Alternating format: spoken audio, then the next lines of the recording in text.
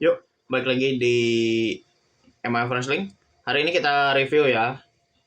Agak gelap, mohon maaf karena lagi mendung, jadi nggak begitu kondusif buat lightingnya. Tapi mudah-mudahan teman-teman bisa memahami yang saya sampaikan ya, tentu saja.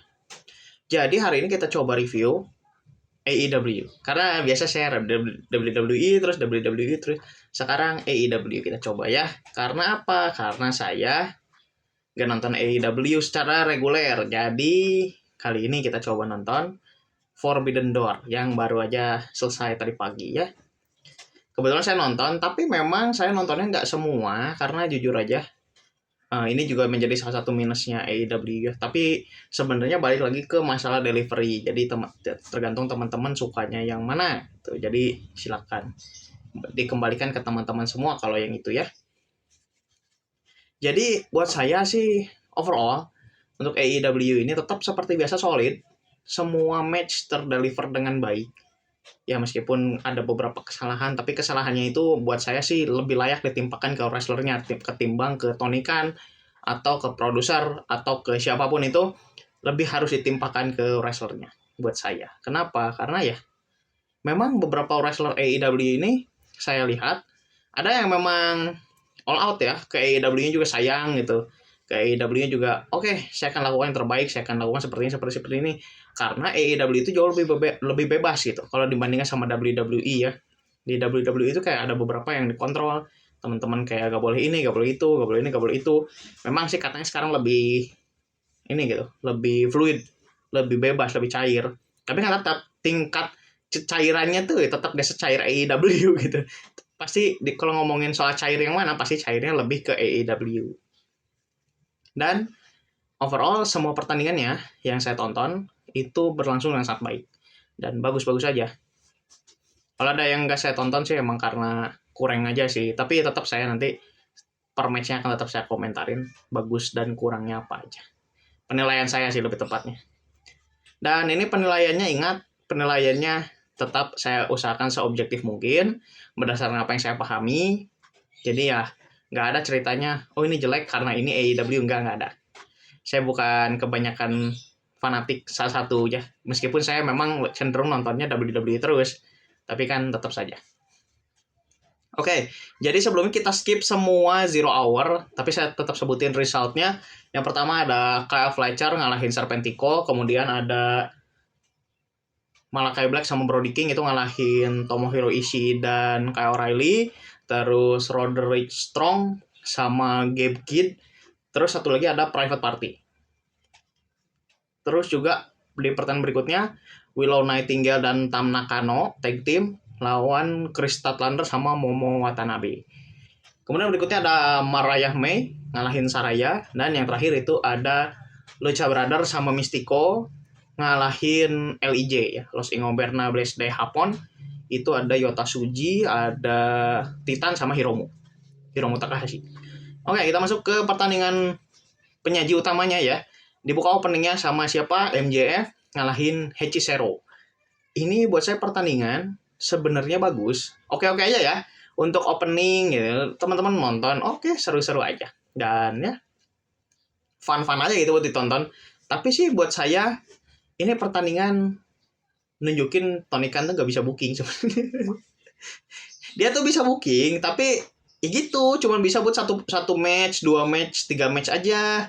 Kalau misalkan lebih dari itu dia nggak lihai gitu. Saya nggak bilang dia jelek kemampuannya, tapi memang harus tetap diasah lagi.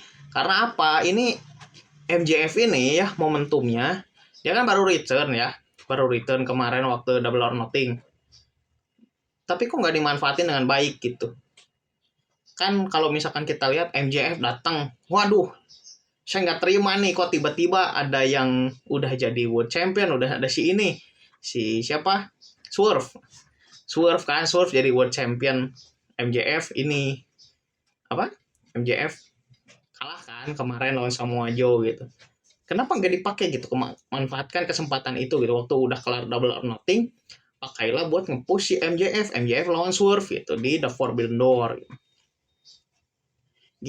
Itu saya kepikirannya ke sana. Kecuali kalau misalkan mau beneran crossover, masukinnya wrestler New Japan, siapapun itu terserah lah, itu silahkan didiskusikan, tapi kayaknya nggak akan mau juga sih kalau Tony Khan, tapi ya udahlah. Cuman kalau saran saya sih, ini tuh nunjukin MJF lawan Hechicero di awal itu nunjukin bahwa Tony Khan tuh sebenarnya kelamaan mikir gitu, susah. Jadi dia tuh cuma bisa kayak buat berapa match doang, sisanya ya udahlah yang penting masuk dulu gitu. Soal itu urusan nanti, paling nanti dapat feedback dari produser atau dari siapapun. Paling kayak gitu. Cuman sih pertandingannya tetap bagus ya. Ya MJF dan Hechicero ya sama-sama kedua-duanya dapet, bukan dapet ya, kedua-duanya juga bisa ngasilin pertandingan yang oke buat ditonton. Yang kedua ada The Elite lawan Schizoreis. Schizoreisnya siapa? Yaitu si The Acclaim sama Hiroshi Tanahashi. Saya skip pertandingan ini, jelek buat saya. Kasihan sih Okada. Saya tuh sebenarnya ya alasan saya nonton Forbidden Door karena siapa? Karena Okada, Pak. Jadi dua tahun kemarin nih Forbidden Door pertama Fatal 4-Way, Okada kalah. Oke lah, nggak masalah meskipun matchnya jelek gitu, jelek banget. Buat saya tuh aduh, ini bookingnya dadakan gitu. Okada Jay White gak masalah karena mereka waktu di bout terakhir memang itu tiba-tiba kemasukan Hangman Page, tiba-tiba kemasukan Adam Cole, ini ngawur buat saya. Jadi matchnya juga jadi jelek gitu loh. Memang jeleknya waktu itu yang bikin bala Adam Cole sih waktu itu kejadiannya. Terus 2023 itu siapa? Lawan Bryan Danielson. Itu bagus. Fun to watch lah gitu buat teman-teman yang mendalami wrestling. Meskipun Okada lagi kalah, tapi ya udah nggak apa-apa. Nggak ada masalah sebenarnya dengan Okada kalah, Okada menang gitu. Tapi kan yang jelas ini nih Okada tuh yang bener dilihatin kayak gini gitu loh. Ini adalah Kazuchika Okada yang kita tahu, yang kita lihat gitu. Ya udah itu buat pertandingan kedua. 3, Bryan Danielson lawan Shingo Takagi, menang dengan submission. Ini buat Owen Hart Cup, ya udah kita skip. Matchnya tetap bagus, tapi saya nggak mau bahas, males skip. Oke, saya sambil lihat ya. Oke, yang berikutnya Toni Storm ngalahin Mina Shirakawa. Ini udah ketebak, tapi nggak ada masalah. Cuman saya kurang suka sama endingnya. Bukan soal gimana ini ya, bukan soal gimana ending dari feud ini gitu. Saya nggak ada masalah sama kalau misalkan endingnya seperti itu, karena waktu itu saya sempat expect-nya itu karena si Mariah May itu salah target ya, dia tuh pengen nyerang si Saraya, kalau nggak salah nyerang Saraya malah kena Mina gitu. Si Champagne itu kan kena ke Mina gitu, jadinya ya aduh gimana ya. Dan tapi endingnya malah jadi kayak gitu. Saya kurang suka, tapi saya ya udahlah. Tapi kayaknya emang dari awal juga udah weird gitu kalau misalkan buat sebagian besar penonton, termasuk saya sih. Jadi ya udahlah. Jadi kayak gimana ya? Ngelihat matchnya sih oke ya. Oke, just oke. Nggak bisa dibilang bagus, nggak bisa dibilang jelek juga. Oke aja gitu. Cuman memang kurangnya di situ tadi pas endingnya itu kayak ya aduh. Ya deh begitulah ya. Kurang banget. Ya, terus berikutnya siapa? Zack Sabre Junior lawan Orange Cassidy, ya bagus lah, oke. Ini buat apa namanya? Showcase juga gitu. Orange Cassidy bisa lo begini, Zack Sabre bisa lo begini. Ya, dua-duanya. Ini sebenarnya unexpected battle gitu, tapi bisa menghasilkan pertandingan yang lumayan enak buat ditonton. Terus Trios Samoa Joe, Hook sama Katsuyori Shibata ngalahin Jericho, Big Bill, sama Jeff Cobb. Nah ini nggak ngerti saya. Ini match apa jelek. Sebenarnya yang bikin jelek tuh bukan di matchnya, tapi karena keberadaan Jericho ini nggak jelas gitu. Ya saya tahu Jericho itu sebenarnya man with 101 gimmick gitu ya di AEW itu ceritanya. Jadi kayak Painmaker lah, Lionheart lah, Demogod lah, apalah terserah itu namanya. Cuman si Learning Tree ini aneh lah buat saya. Nggak ini gitu loh. Kan tujuannya Learning Tree ini, kalau misalkan teman-teman lihat ya, jadi kan kayak pengen ngorbitin bintang baru gitu. Yang udah masuk siapa? Big Bill, terus Brian Cage. Tapi ujung-ujungnya tetap ke Jericho juga, tetap Jericho is the number one gitu. Ya jadi kayak nggak jelas juga gitu. Ini fungsinya buat apa? Karena kita udah lihat juga di 2 kejadian sebelumnya tetap gagal-gagal juga pengen ngorbitin bintang muda. Inner Circle, siapa yang naik sekarang? Nggak ada. Terus Jericho Appreciation Society JAS ya, itu juga nggak kemana-mana juga yang masuk. Sekarang kemana? Jack Hager mah dibuang kan. Itu membuktikan bahwa ya nggak kemana-mana juga sebenarnya. Mau dipasangin sama Jericho juga karena dari awal Jericho buat dia doang gitu. Jadi kalau misalkan kemarin ada yang bilang Jericho nyemprot Cody gitu ya, nyemprot Cody Rhodes gara-gara si Cody Rhodes itu bilang legend-legend yang bilang saya kesini buat naikin talent muda tuh just a bullshit gitu. Red flag banget. Tapi disindir sama Jericho di Dynamite kemarin. Ya aku sih kesini buat anak muda ya gitu. Kayak gitu. Ya tahu itu adalah bagian dari gimmick gitu. Dan saya gak ada masalah ya dengan bagian dari gimmicknya ya. Tapi yang jadi masalah karena bookingnya itu malah jadi nggak ngefek gitu loh. Jadi kayak ini apa coba gak jelas. Ya nggak tahu lah Jericho ntar ngapain ke depannya ya. Terus match apa lagi? Jack Perry. Ya, Jack Perry jadi TNT Champion yang baru. Ladder match itu ngalahin Konosuke Takeshita, Mark Briscoe, Dante Martin, Lio Rush, sama El Phantasmo ya udah. Ini nggak bisa dibahas. Bukan nggak bisa dibahas, nggak mau dibahas ya. Buat saya ya udahlah. Matchnya begitu-gitu loh. Kok ladder match pasti begitu. Terus Mercedes Moné ngalahin Stephanie Vaquer itu buat 2 title sekaligus buat bukan TNT TBS sama Strong Woman Championship. Match jelek banget buat saya. Gila ini Mercedes Moné digaji 10 juta dolar. Begini matchnya. Wah, tai.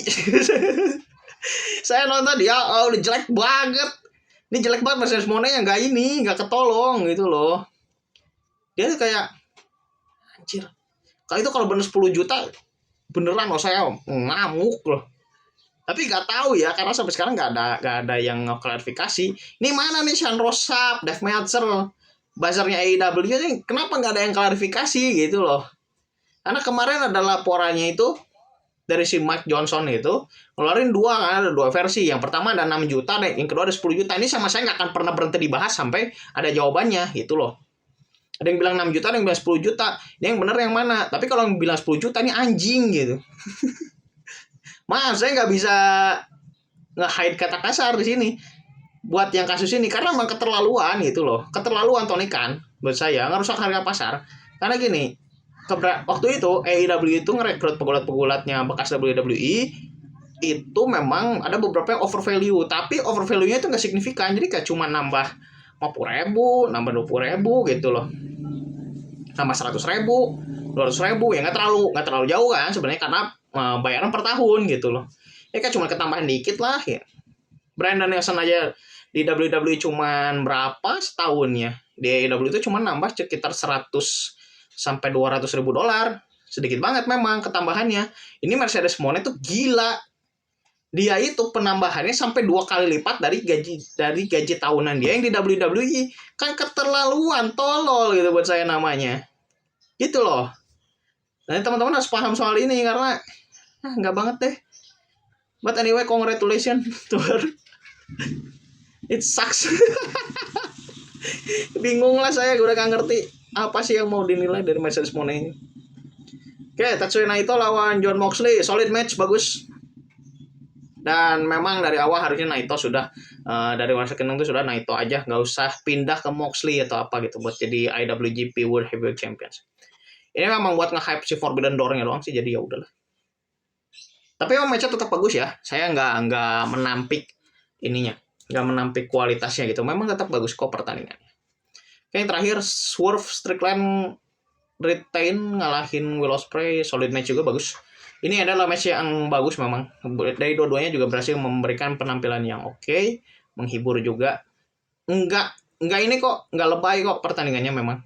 Baik dari Ospreay maupun Swerve, dua-duanya ngasih performa yang oke. Waktu itu kan sempat dikritik ya si Will Ospreay itu sama Kevin Nash kalau nggak salah. Kayak Ospreay itu buru-buru. Di match ini kelihatan banget banyak improve dari Ospreay. Banyak diperbaiki gerakannya dan semakin smooth, semakin bagus. Saya suka sih. Mudah-mudahan Ospreay bisa jadi future AEW World Champion. Ya beneran saya nggak ngerosting ya buat yang ini. Tapi saya beneran ngarep Ospreay bisa jadi World Champion suatu saat nanti ya di AEW. Kapan? Nggak tahu. Karena AEW kebanyakan bintang, jadi kita nggak bisa jawab kapan waktunya. Ya, Overall match solid, bagus. AEW ada beberapa minusnya yang ketara itu di matchnya Faker lawan Monet gitu. Gitu aja ya. Silakan teman-teman like dan share jika video ini dirasa bermanfaat. Silakan komen kalau ada kritik, saran, atau mau komenin soal matchnya seperti apa. Jangan lupa subscribe dan gak ketinggalan update berikutnya dari MOF Wrestling. Itu aja dulu buat hari ini. Semoga kita bisa bertemu kembali di video berikutnya. Saya rencana minggu ini atau minggu depan akan mulai upload soal in-depth si wawancaranya Ciampa. Jadi teman-teman nanti kalau di in-depth itu buat yang ini kontennya berbayar, tapi 15 menit pertama nanti saya kasih previewnya seperti apa. Oke, itu aja dulu. Sekian.